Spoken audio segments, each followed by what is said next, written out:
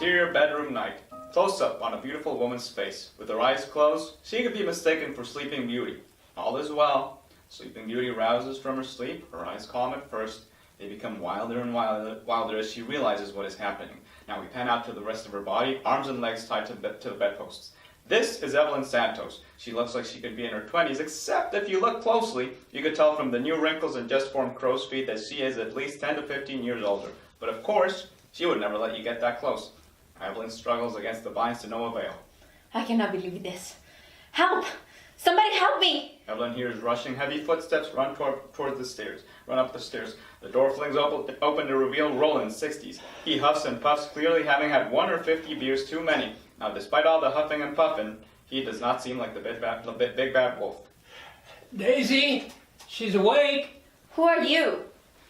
Roland smiles shyly in response like it's a secret. You're my kidnapper? I'm Roland. Roland sticks out his hand for a handshake.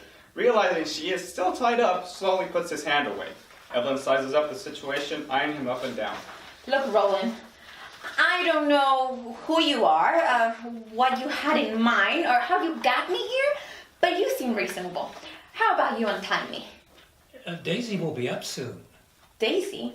Is that your wife? Roland, I'm Evelyn. I know. You know? Roland, I know you didn't mean to do this. Maybe you thought I looked pretty and it wouldn't hurt to take me home, but you didn't realize this was a mistake.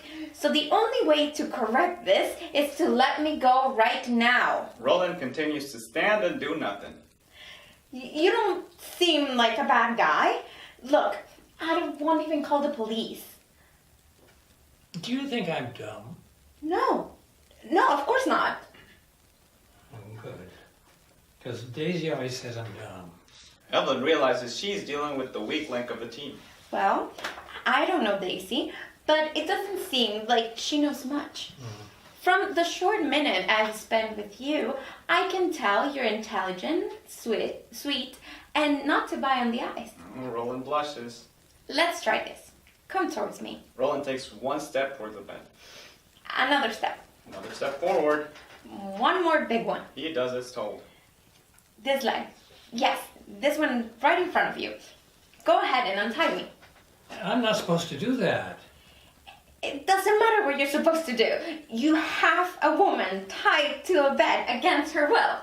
That's how it always happens. You've done this before. Evelyn needs to try another tactic. I'm quite thirsty.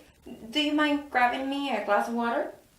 Roland sighs, but grabs the empty glass on the nightstand. Don't go anywhere. Evelyn puts out her arms as to say, "Does it look like I'm going anywhere?" Roland exits the room, but leaves the door open. Evelyn takes a good look around. It is strangely devoid of personal belongings or memories. There's not much she can use in her futile escape attempt. With one of her still tight hands, she knocks the nearby lamp to the floor, which was not her intent. The crash brings Roland scurrying back into the room. You let me go right now. I'm not going to be another one of your kidnapping victims. Oh, sweetie, you haven't been kidnapped. You're in hell. Exterior house, night, Act 1. Establishing shot of a quaint white house with a white picket fence surrounding it. It's the perfect suburban home. Interior bedroom of the house, night. In the doorway, Daisy, 23, appears. Blonde and bubbly, she seems like the perfect daughter that would grow up in a white picket fence house who would become head cheerleader at a big state school and president of her sorority. Daisy smiles wide, displaying a perfect set of teeth, and we can almost believe the perfection.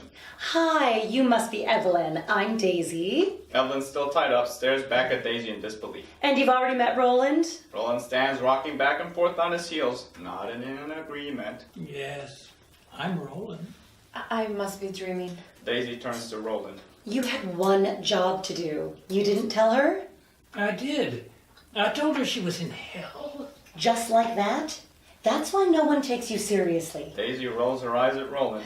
As I told Roland, I promised I won't tell anyone. Please just untie me. We will untie you, but you have to promise not to run away. We will explain everything to you. Sure, fine. Whatever you want. You don't need to be afraid of us. We're not going to hurt you. Daisy nods, giving the go-ahead to Roland.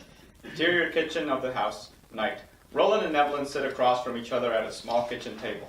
A stream of fresh hot coffee pours into a mug in front of Evelyn. We pull back to see Daisy pouring.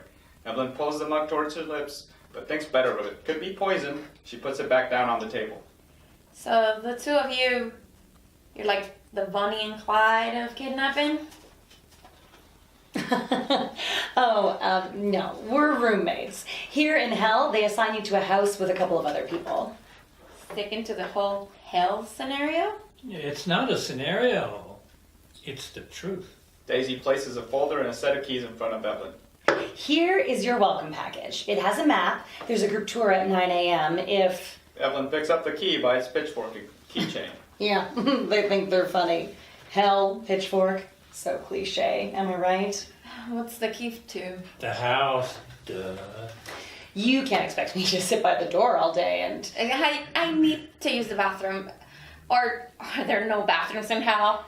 It's through the living room on the right. Evelyn gets up from her chair. Remember, you promised not to run away. Pinky swear. Evelyn leaves the room, continuing on her way to the bathroom. Roland pulls out an ugly hand-drawn pie chart from underneath the table. Has he had it there the whole time? He stands and holds it like he's giving an important business presentation. You're doing this now? As you can see, I have rearranged the chores to include Evelyn. You will cook dinner every night. I will eat your dinner. Evelyn will wash the dishes. I will... Okay, wait. Eating dinner is not a chore. It is if I'm eating your cooking. Oh, look, you made a joke. Okay, if my cooking is so bad, why don't you do the cooking? You know, I'm not allowed to do any cooking. The head said after that I did on Earth. Okay, all right, make Evelyn do it then. They continue to argue as we head into the bathroom of the house at nighttime. Evelyn tries to open the window to no avail. She opens the medicine cabinet looking for something to help her. Razor, cotton balls, floss, nothing of any use. Evelyn rummages through the cabinet underneath the sink. Toilet paper, cleaning supplies, rubber gloves. She eyeballs the bathroom. What else can she use? Her eyes land on the shower curtain rod. She steps onto the bathtub ledge to get height. Her hands grasp the rod and pull down, but the rod doesn't budge. Evelyn takes a deep breath and pulls again. Still nothing. She glances toward the door where she hears arguing coming from the other room. She sees a candle in a heavy glass container sitting on the toilet tank. She goes to pick it up and hurls it at the window. The candle lands outside on the lawn, leaving a hole in the glass. Evelyn touches the hole. The edges of the glass are sharp. Evelyn notices the arguing has stopped and footsteps run towards her. She must hurry. She looks down at her perfect, beautiful skin. It's not something she wants to ruin. She dons the rubber gloves and covers her head with the embroidered guest towel on the towel rack. She steps onto the toilet bowl, ready to jump through the hole. Interior hall to the bathroom of the living room. Night. Daisy and Roland kick open the door and step into the bathroom. The bathroom is empty. Angle on Evelyn-sized hole in the window. Now we're flashbacking to exterior New York City day. The skyline, the people, the energy on a summer day. Now exterior Valen Beauty Building day. Dressed in a combination of fashion meets business, Evelyn weaves past all the New Yorkers and enters through the spinning door of the skyscraper. Interior Valen Beauty office day. Evelyn steps off the elevator. Her assistant in her 20s hands her a cup of coffee. Evelyn drinks from it as they walk toward her office. Mr. Bronstein called. He wants to schedule dinner for tonight at Ma Péché. Yes, confirm it. It must be about the promotion. Connor, what did I tell you about gossiping? Sorry. Evelyn smiles though, aware of what this means. What else? Oh, and Millie wanted me to let you know once you got in. They arrive outside Evelyn's office. Evelyn hands her assistant her now empty mug of coffee. And Tim from Publicity wanted to congratulate you on your campaign. Get Millie in here. The assistant nods and sits down at his desk outside Evelyn's office. Evelyn enters. Interior Evelyn's office inside the Valen Beauty office. Day. Her office is styled simply and gorgeously with tons of beauty products on her shelves. Evelyn takes a seat in her chair behind the desk. She turns around to take in the beautiful view of the city. Life is perfect. Millie in her 30s with flame red hair pokes her head through the door. Knock, knock. You're supposed to actually knock before you open the door. I know. Bad habits die hard. Millie enters and closes the door behind her. She flops down in a chair opposite Evelyn. He wants to have dinner tonight. This is it. You spearheaded the marketing campaign with Angelina Jolie and brought Glossy in as a collaborator. Who else would he give the SVP position to? He's not supposed to make a decision for another month. Maybe he wants to let you know early. Let's not. I don't want to jump the gun. He probably wants to go over some cost numbers. Which he could easily do in the office. You'll take me with you, won't you? Of course. You're my protege. Who else can I trust when I inevitably become CEO? Evelyn pulls out 2 glasses and a bottle of bourbon from her desk drawer. Seriously? I haven't even eaten breakfast yet. This is the breakfast of champions. And flashback. We're going back to the backyard of the house at nighttime.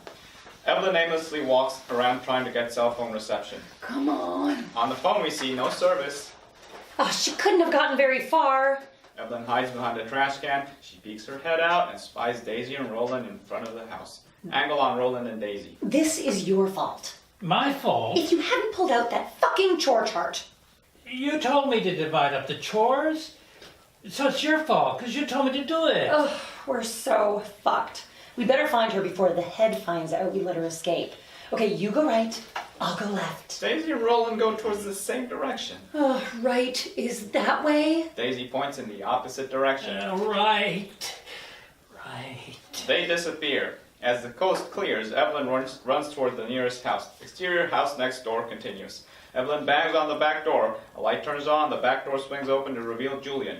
Julian in his 40s stands there like the dictionary definition of a tough guy. His arms are inked with tattoos and he wears a mustache only a few can pull it off.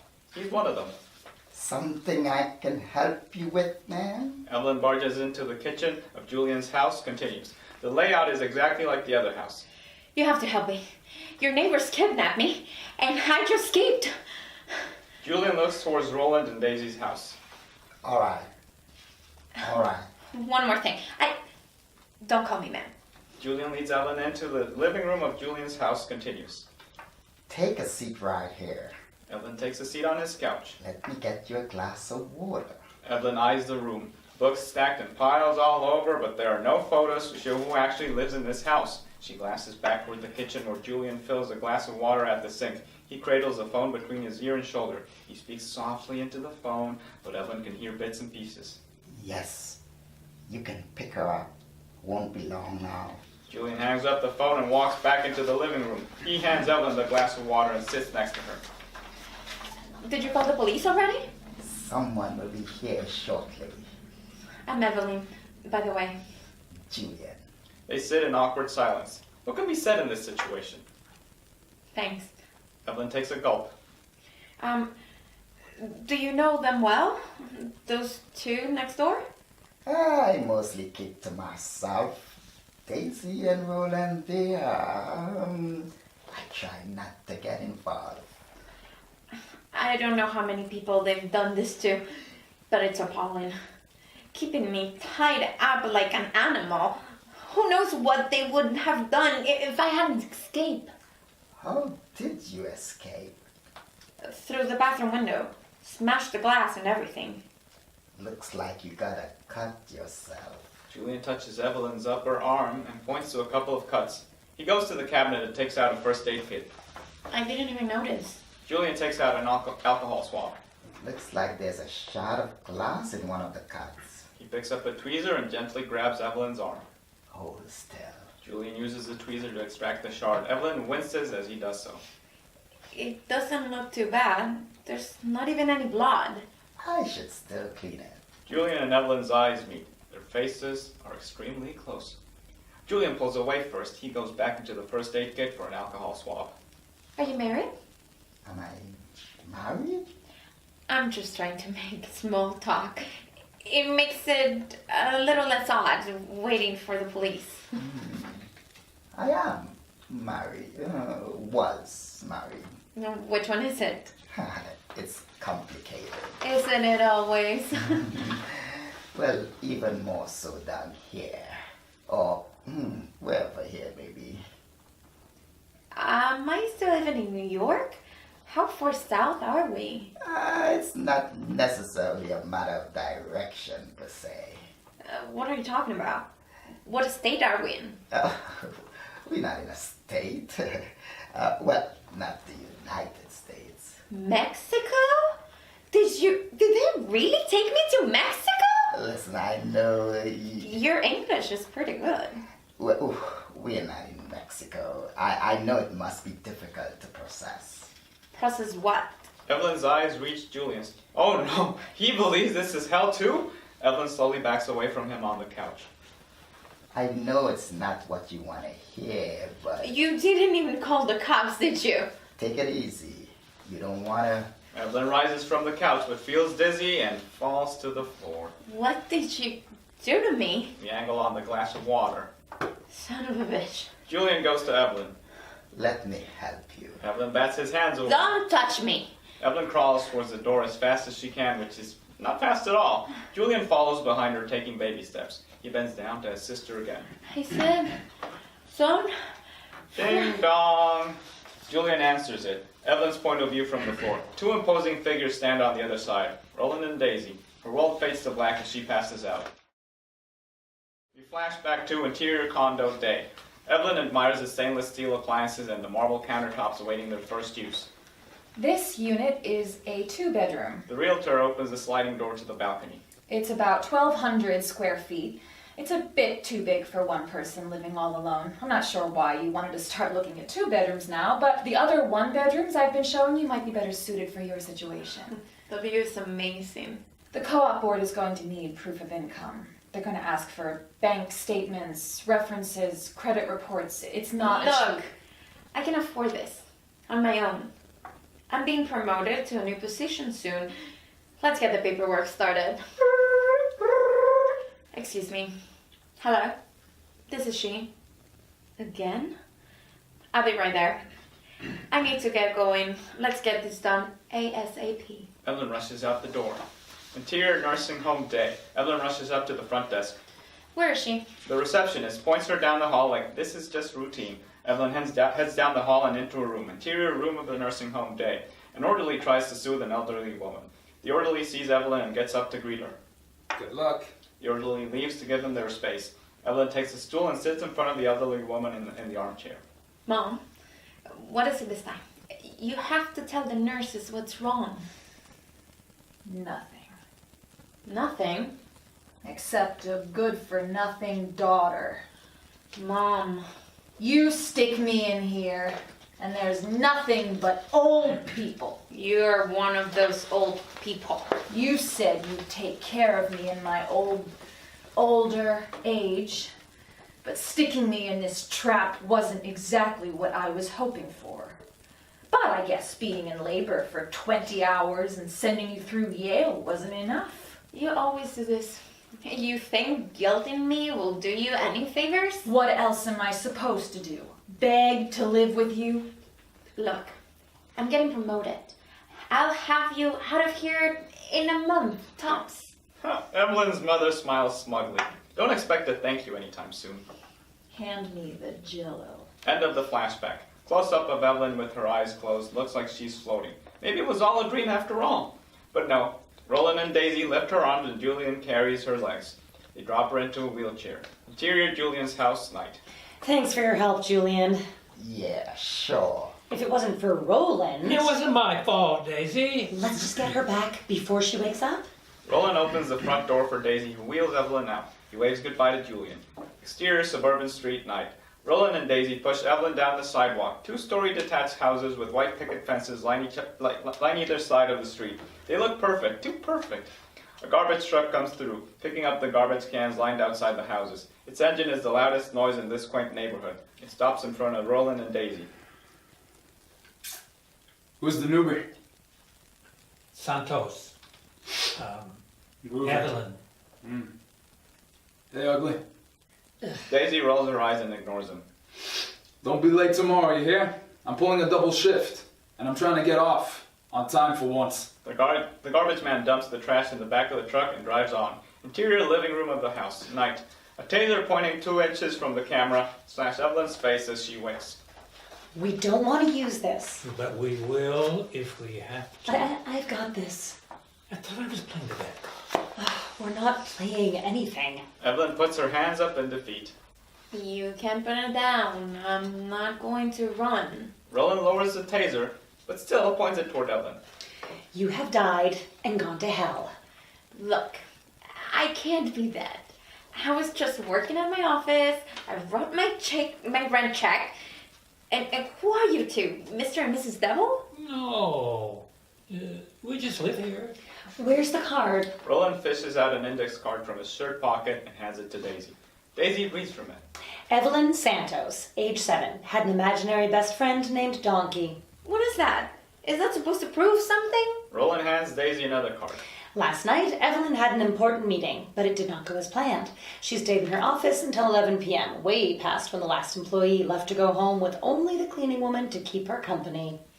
Where did you get that from? Well, we always get information, just in case the new person doesn't believe. Evelyn takes this in. They? Who is they? What did they know? If you know this, then how did I die? What happened last night? I don't even remember myself. And I think that's something I would remember if I tragically died at the age of 40. We don't get that info. They only give us 2 cards. Well, it's enough. Evelyn gets up and paces the room. Well, I can't... This must be a mistake. I don't belong in hell. Wait a minute. Do you work for Estee Lauder? You've been stalking me, haven't you? Don't be silly. Fine. If I'm really in hell, prove it. I demand to see whomever is in charge. Is it the devil? Do I go to see the devil? He was... Or she, or it doesn't go by that moniker. The head has office hours in the morning. So this person or thing, no one knows what it looks like? No one has seen it? Roland shakes his head no. Then how am I supposed to talk to him, her, it? You sit in a box. The head will sit on the other side, but you don't see the head's face. Great. A church confessional. Except it's too late since you're already in hell. Evelyn pinches herself. Wake up. Please let this be a nightmare. Get some sleep. I'll take you to the head in the morning. Interior Evelyn's bedroom, house, night. Evelyn stares at the bed she was strapped to earlier. Daisy stands by the door. There's a change of clothes on the chair. Daisy pulls out a key as she closes the door. Just in case. We don't want any more incidents like this evening's, do we? And don't even think about the windows. They're bolted. Good night! Daisy closes the door and locks Evelyn in. Interior, the head's office, night. A pair of hands hold an open file. It is too dark to tell whether the hands are male or female. A headshot of Evelyn sits in the file. Exterior, edge of town, day. Evelyn absorbs her surroundings while Daisy chats away as they walk. Oh, the weather's so amazing today. The sun is super sunny. Oh, it makes me super happy. God, I love hell. Oh, did I just say that? Oops. Evelyn, not paying attention to Daisy, sees a huge barrier wall dissected by a large, tall metal gate in the near distance. The wall surrounds the town so no one gets in or out. Oh, don't even try it. Daisy pulls a taser out of her pocket and points it at Evelyn. It doesn't go anywhere. You only end up back here. Only trees in the woods seem to be outside the gate. Then, why have the gate in the first place? Daisy shrugs. It's never occurred to her before. So, it's never occurred to you that this could be the way out? It's not, okay? If it's not the way out, if this is really hell, then why don't you let me run away? I would only end up back here. Daisy thinks about it. Okay. Okay? Go. You'll end up back here again anyway. Evelyn stands rooted. Is this her chance? Psych. I would get in so much trouble if I just let you go. I mean, if you put up a fight and punched me first, that would be a different story. Off of Evelyn's look. Too late to punch me, though. Exterior Main Street, day. A general store sits on one corner while a cute cafe sits across the street. The downtown area, while small, exudes the feel of a quaint town. If this is hell, this doesn't seem so bad. Daisy leads Evelyn down the street. Did Roland talk to you about the chore chart? I have to do chores too? I mean, we all split them. Like, he wants me to cook because he's not allowed to, but I'm sure you're better at it than I am. Me? Cook? Yeah, I'll just do the dusting. Roland can clean the house and do the dishes. You can take out the trash. You know, you'd probably like reorganizing the attic too. And you? I just said I'd do the dusting. Daisy smiles fakely. Oh, he killed 9 women before he was shot to death by the police. Evelyn's eyes follow Daisy's gaze across the street to a handsome middle-aged man with the salt and pepper hair. Serial killer waves politely at Daisy. She waves back. I went on a date with him once. So boring. Oh, and he swindled thousands of people for over $1 billion. Is that Lucille Ball? What is she doing here? She claims she did nothing. How do you know all this? Did all of them tell you? Daisy only smiles. So what's your story? Evelyn and Daisy arrive in front of a white courthouse-looking building that has 2 columns and a pediment. Well, here we are. Evelyn's head tilts up towards the structure. This is it. She walks up the 3 steps to the main entrance. Daisy follows behind. Interior grand hall of the head's office building. Day. Evelyn's high heels click and clack on the marble floor. The empty space echoes with the hollow sound of someplace important. She pauses. Across the hall, a long desk sits in front of the big important door. A woman in her 60s in a pantsuit stands behind it. Well, well, well, if it isn't Evelyn Santos. Lolinda. So the rumors are true. Here you are. But you died last year. This really... The realization that she really isn't hell dawns on her. Well, I gotta go. Bye. Daisy, one moment. Daisy reluctantly walks up to Lolinda and stands on the other side of the desk as Evelyn trails behind in a daze. What is it, Lolinda? I'm going to be late for work. You know exactly what I want to talk to you about. You let her escape. But it was not my fault. Roland... It doesn't matter whose fault it was. The 2 of you were tasked with handling it. Now, I've set up an appointment for you 2 at 4 tomorrow with the head so he can dole out your punishment. Daisy glares at Lolinda, but doesn't say a word. She turns on her heels and walks out the door. On Evelyn, who has found her way to the bench, she's about to have a nervous breakdown. So, Evelyn, is there something I can help you with? I'm here to see.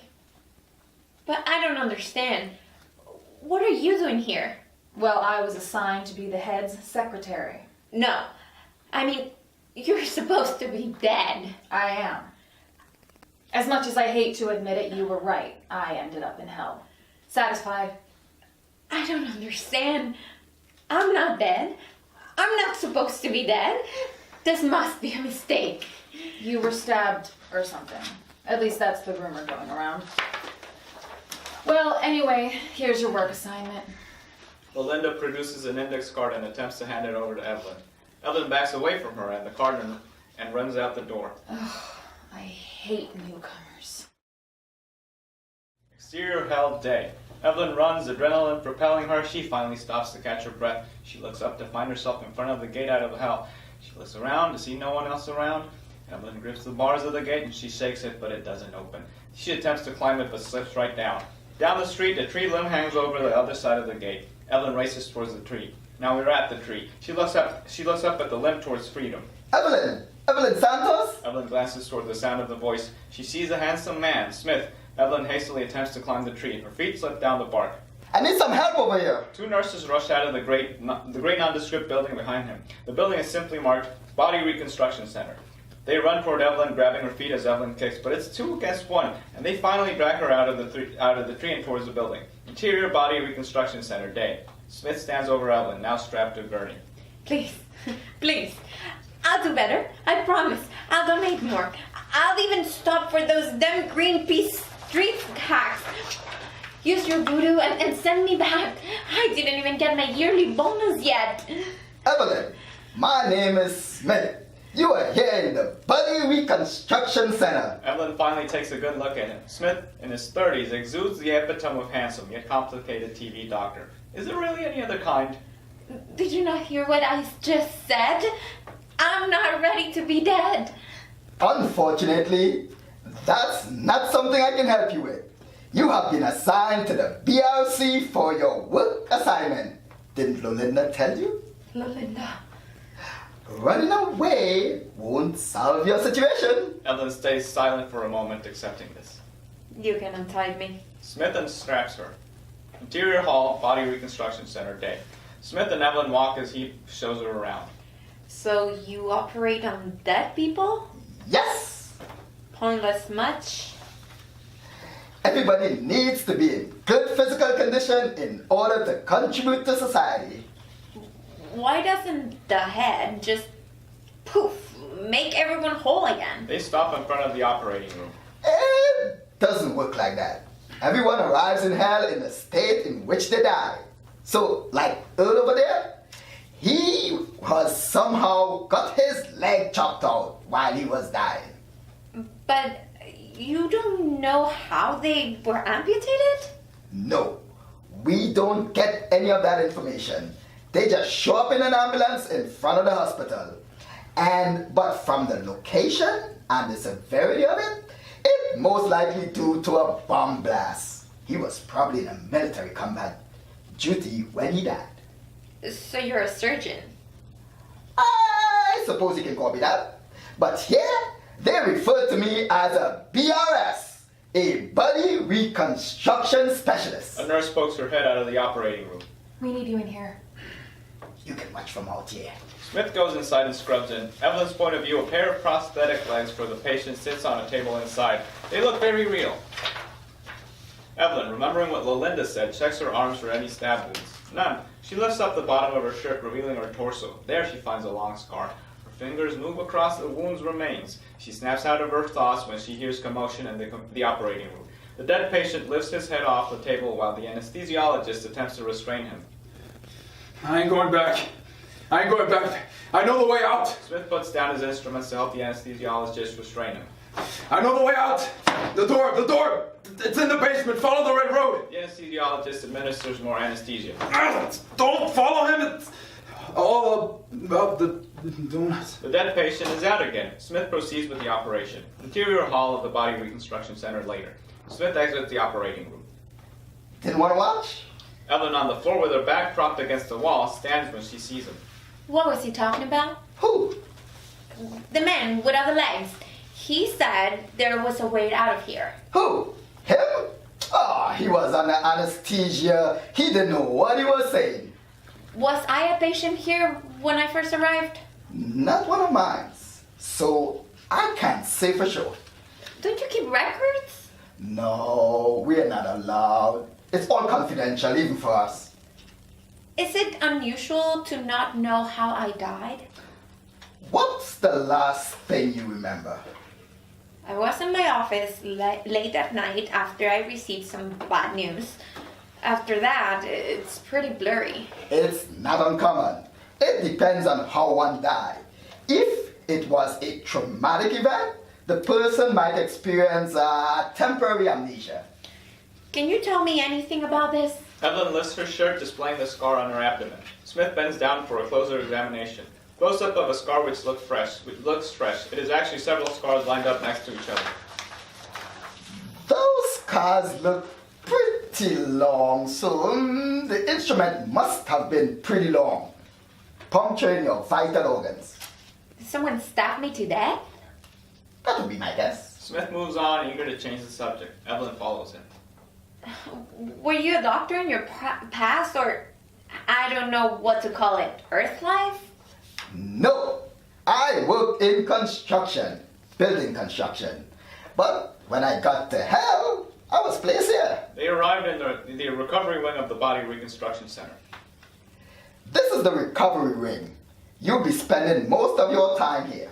Evelyn glances around, bed separated by curtains lining either side. It is only half filled with recovering patients at the moment. At the end of the wing, several exercise and weight machines sit currently in use.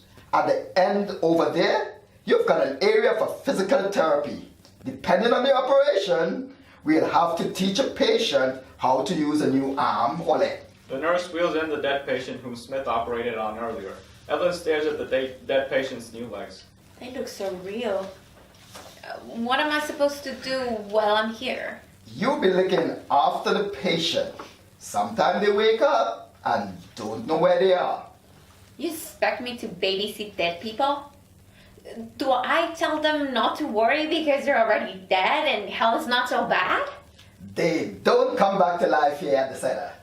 They will just be in a momentary lapse of semi-consciousness. They won't remember a thing. Most of the time, you'll be looking after their hygiene. Hygiene? Are you telling me Sponge baths and bedpans? Yes, there's a lot of that. You can't be serious. I'm not doing that. Do you know what I was doing before?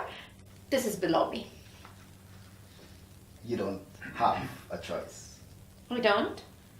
What's going to happen? The head will kill me?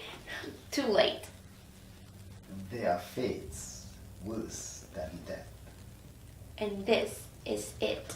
Now we flash back to an interior fancy restaurant at night. Evelyn approaches the hostess. Excuse me. Has Mr. Gerald Bronstein arrived yet? Yes, about a minute ago. Follow me? The hostess leads her through the dining room to a table right in front of in the middle. Gerald Bronstein, in his 50s, a beanpole of a man, raises from his seat to greet Evelyn. Evie, you're looking well. Thank you. So do you, Gary. They sit. Wine. Of course. Bronstein pours her a glass from the bottle at the table. Let's toast. To the future. To the future. I was surprised to hear from you today. A pleasant surprise, I hope. Of course. I thought you were still in China. Decided to get back a few days early. Is anything wrong? As you know, I'm looking for a replacement for Jones once he retires. We all know that. The waiter appears with the menu. Go away. The waiter scoots away. And I know you want that job. We all know that too. I haven't kept that a secret. That's why I asked you to this dinner. Evelyn sits up in anticipation. I've decided to promote Millie Douglas. I know it's not. Millie? Millie. I know it's not what you wanted to hear. Of course it's not what I want to hear. You've groomed me for this job, and now you promote Millie? You know I love her, but she is not ready. I have to hold her hand through the Saint Laurent presentation. Please calm down, Evelyn. Calm down. Is that why you brought me here? So I won't make a scene? Waiter! Where's the waiter? I brought you out here because I am your friend, out of respect. I don't want to do this in the office. Evelyn stands up, making more of a spectacle. Respect? Friendship? This is not why you brought me here. You want me to look like a fool. You are doing that yourself. The waiter appears at the table, but slowly attempts to step away when he sees their argument. I have a right to get upset. You let me think. There you are. No, you thought. No. You had me believe that I had a place in this company. You're pushing me out. I can see it quite clear. You think I was gunning for your job. Now I'm gunning for you. Please, don't make this personal. I did it. You did. Evelyn sits back down. Where's the menu? The waiter hands her the menu. What are you doing? What does it look like? I'll have the 42-ounce steak. You think this is uncomfortable? Just you wait. Close-up of a soapy sponge lathering against skin. Pulled back to reveal an unhappy expression as Evelyn gives the naked dead patient who received new legs earlier a sponge bath. Interior recovery room, body reconstruction center day. Smith enters to check up on Evelyn. Everything okay in here? Exactly what I want to be doing for the rest of my existence. Don't worry, you'll get used to it. That's what I'm afraid of. At that moment, dead patient, lying in the bed, pops up awake. Oh gosh! Evelyn jumps back in surprise. She looks to Smith. What should we do? Smith comes to the dead patient's bedside. Calm down. Where the gosh darn am I? This is just a dream. This is what you tell them? Smith gives Evelyn a, come on, help me out here, look. What happened to my legs? Close up on dead patient's new legs. Honey, you're dead. What are you talking about? Who are you? Who are you two? That was not a good idea. What? To tell him he's dead. So, what do you expect me to say? Comfort him. Was I injured? Did I wreck my truck? Which hospital am I in? The dead patient stares at his legs again. Don't do that. Smith gently attempts to restrain dead patient, but he forcefully pushes his hands away. I'm getting in this. You're going to leave me here alone with him? He doesn't seem violent right now. Violent? Right now? Smith leaves. What happened to me? Evelyn can only shrug. They both stare awkwardly at this naked, soapy body. There must be a shrinkage after accidents as such. Traumatization or you know. Evelyn rolls her eyes. Her mind clicks. Do you remember what you said in the operating room? I was operated on? Forget I said that. I said anything. You mean about the way out? Yes. How do I get out of here? Only way out is through a door. Okay, which door? Where's the door? Well, of course, it's in the basement. You said that before. Where's the basement? In the head's office building? The donut. I like them chocolate spring.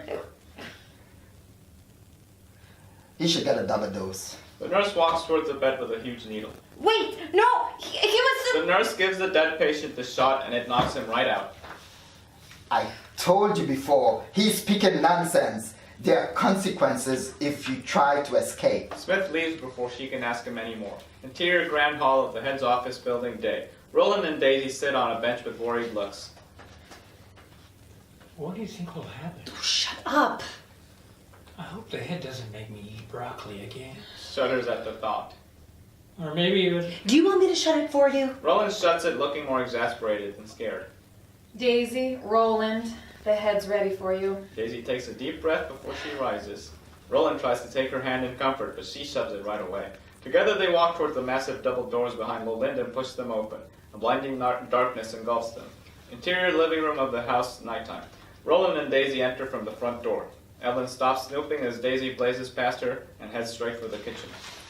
What's wrong with her? We got our punishments from the head Punishments? for letting you escape. Oh, what is it? I have to eat lima beans.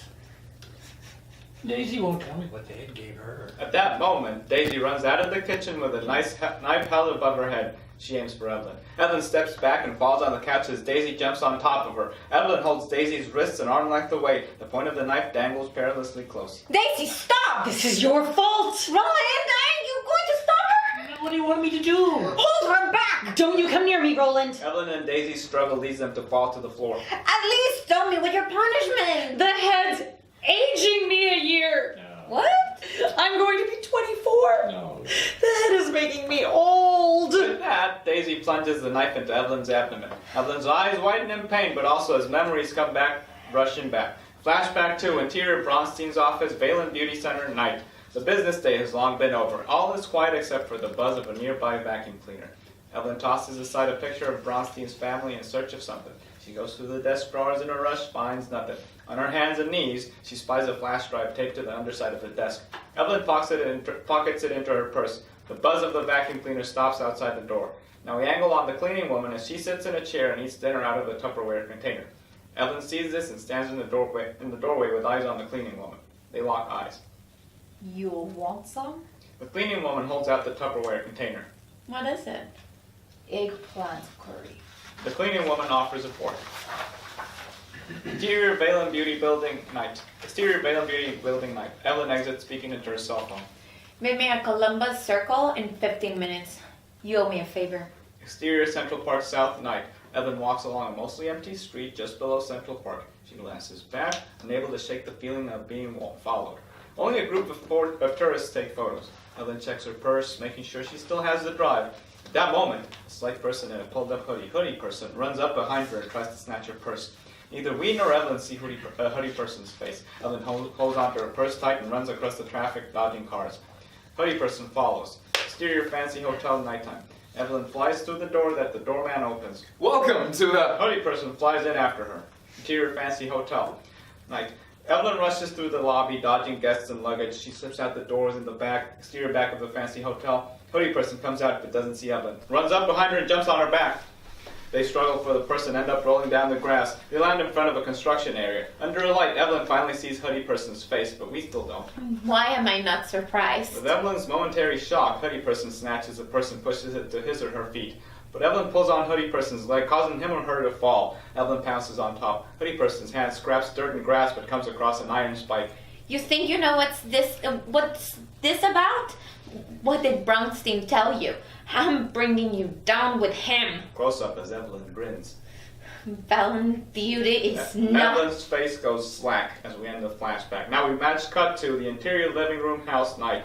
We return right back to Daisy. As she pulls out the knife, she plunges it into Evelyn. You stabbed me. You fucking stabbed me. Well, an eye for an eye. It's like a face and entire body for an eye. Evelyn strains to check the wound. There's no blood. Why isn't there any blood? We're dead.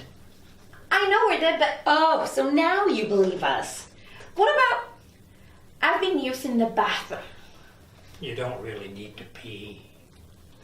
But people on Earth are used to it. It always has habits to die hard. It's mind over matter. Daisy tosses Evelyn a bandage roll. You'll be fine by tomorrow.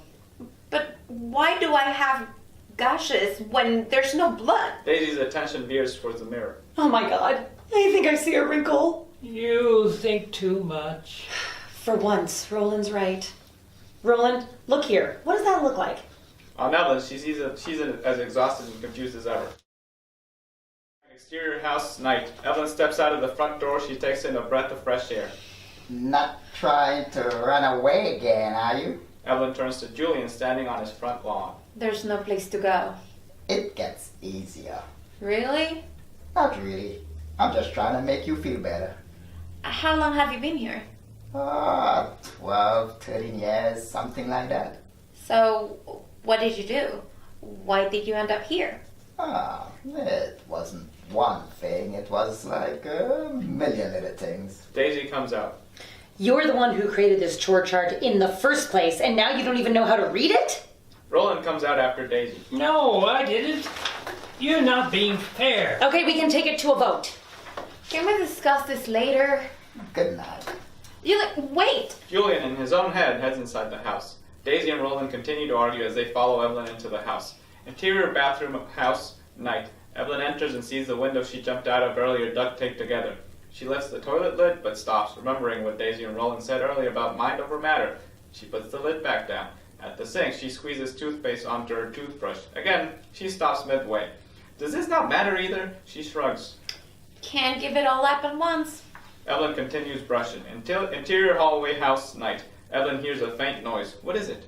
Interior basement house night. Evelyn follows the noise into the basement. She stops at the top of the steps as she watches Roland dig a hole in the dirt floor. He doesn't notice her. He told me this is the way out. The red road is down here. This is it. Dig, dig, dig, dig. Angle on Evelyn. Is there really a way to escape?